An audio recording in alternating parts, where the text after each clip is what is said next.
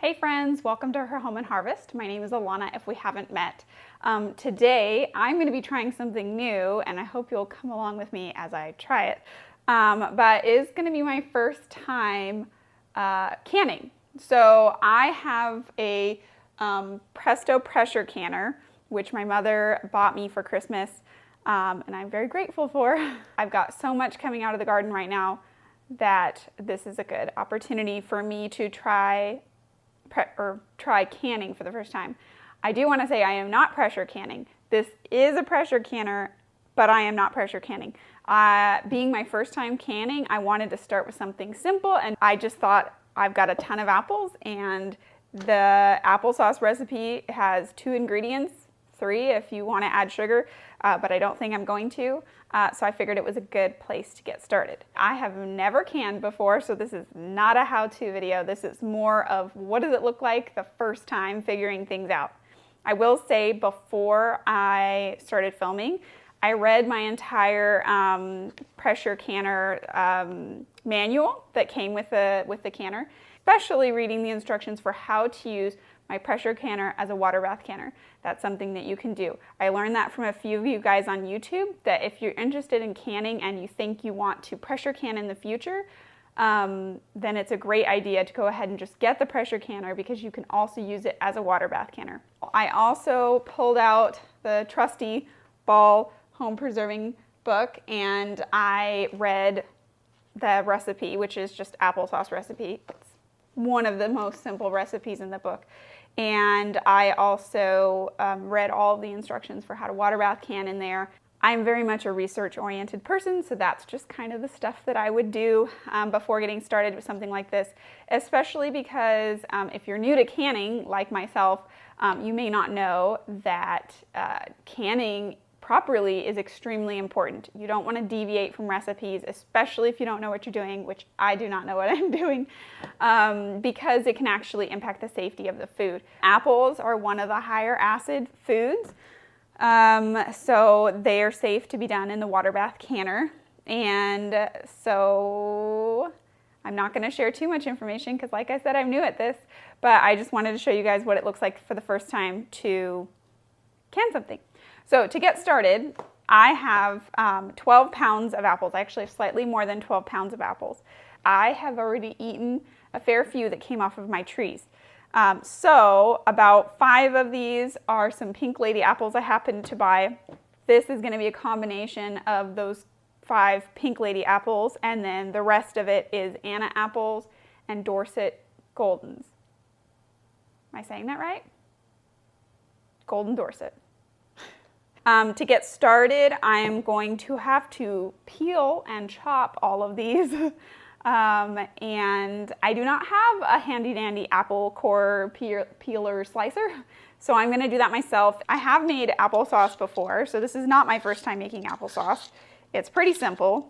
Basically chop up your apples and boil them, cook them on stove, and puree them. That's how you make applesauce. But I have never made it to can before. That is what's new. Hey, I went all the way down. This is the last apple.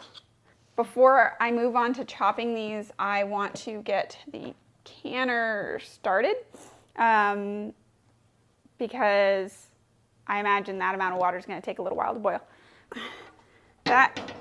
It's filled to like here, which is like almost halfway. It says that you can add more water. You can add more water once you have the jars in to make sure that at least a 1 inch above the jars is covered in water. So we're just gonna see how that goes. Now we need to core and chop these. If I end up doing this every year, I will most definitely invest in one of those apple peeler slicer cores because you could call this tedious. Yeah, you could. Okay, I actually was able to finish them. My daughter's awake, so I'm going to go get her. But all of the apples are in that pot. It actually filled the entire pot. So we might run into a problem anyway because they don't quite fit. If you can see how this was probably not the best idea. The apples at the bottom are like basically cooked already, and the ones at the top are not. All right, I'm gonna say 5 more minutes, and I don't care at that point. I'm gonna it says to turn the heat off and let it sit for, like, cool a little bit for 5 minutes before blending it. So I think I'm just gonna give it 5 minutes and turn off the heat, because I'm not really sure what else to do. Try to shove these really uncooked ones down to the bottom. I turned it off and I waited about 5 minutes to just let this sit and cool. So instead of trying to dangerously put this all into a blender, I am going to use an immersion blender and keep it on low to get started. Okay, at this point, you're supposed to bring it back up to a boil and maintain it at a boil while filling the jars. This is also when you add the lemon juice, so 4 tablespoons. Oh no, that's not good. That's not good. You guys, those bubbles are, that literally burned me. I don't think I'm gonna keep this at a boil while I'm filling that. It's too dangerous. So I'm gonna keep it close to a boil. How's that? No, I think that's perfect. Okay. All right, I kept these jars warm. I just filled them with like simmering water.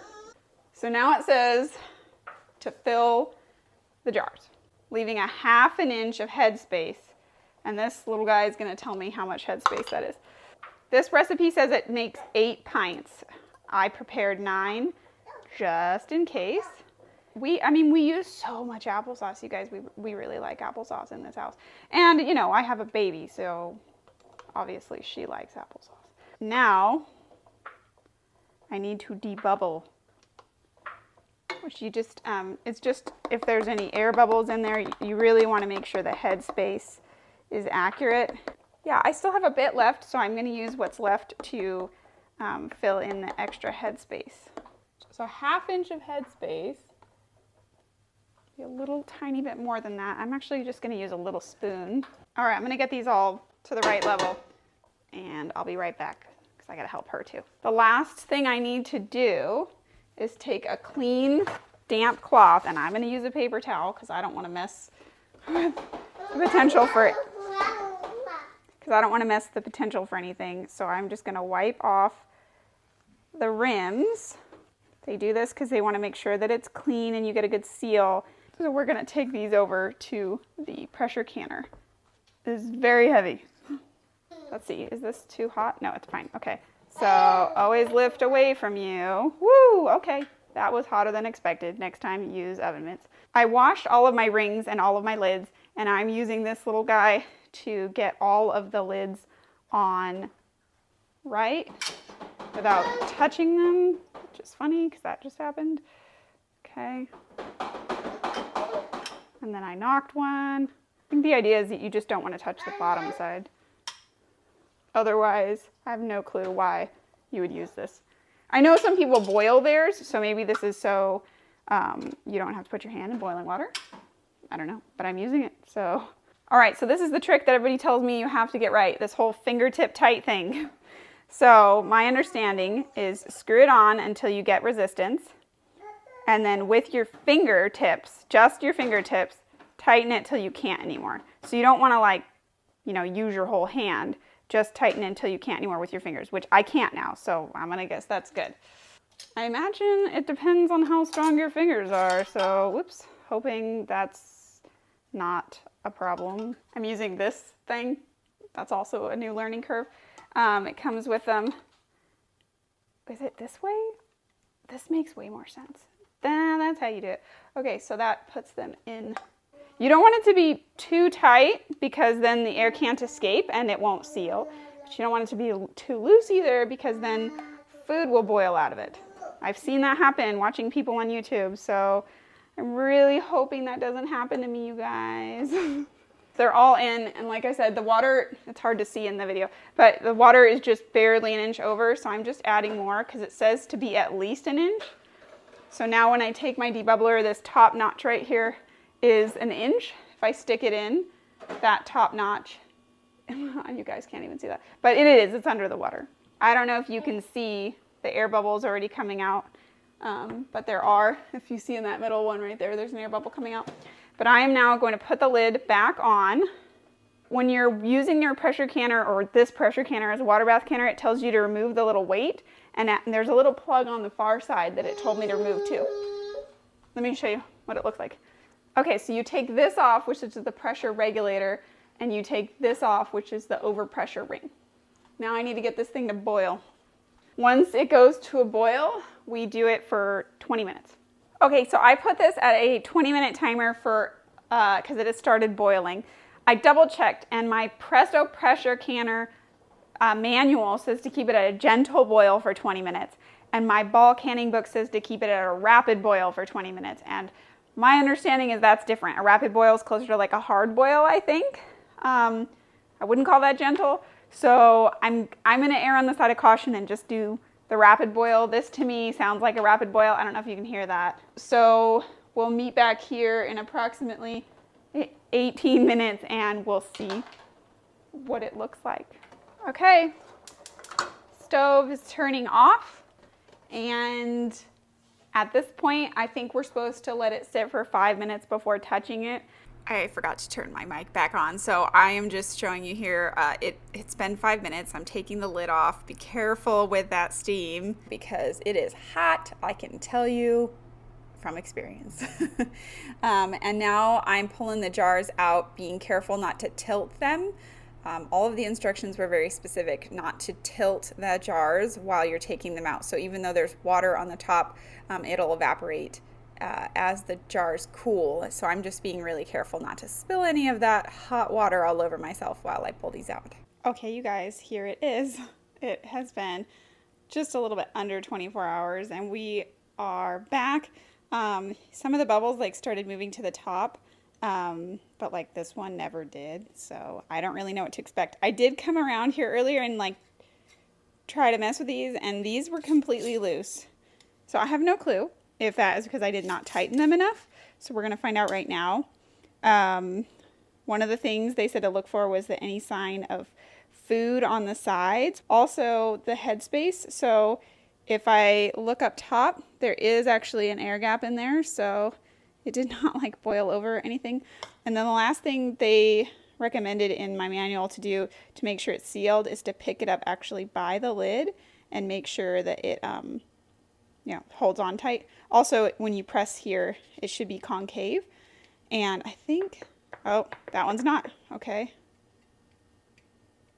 So this one did not seal. The ring is, or the lid is sticking out much farther on this side than on this side. Okay, so that one's going to go in the fridge, and we will eat that one this week. And then they say this is because I have horrible hard water, so I'm just going to come right here and wipe it with a rag, and then they'll be ready to store.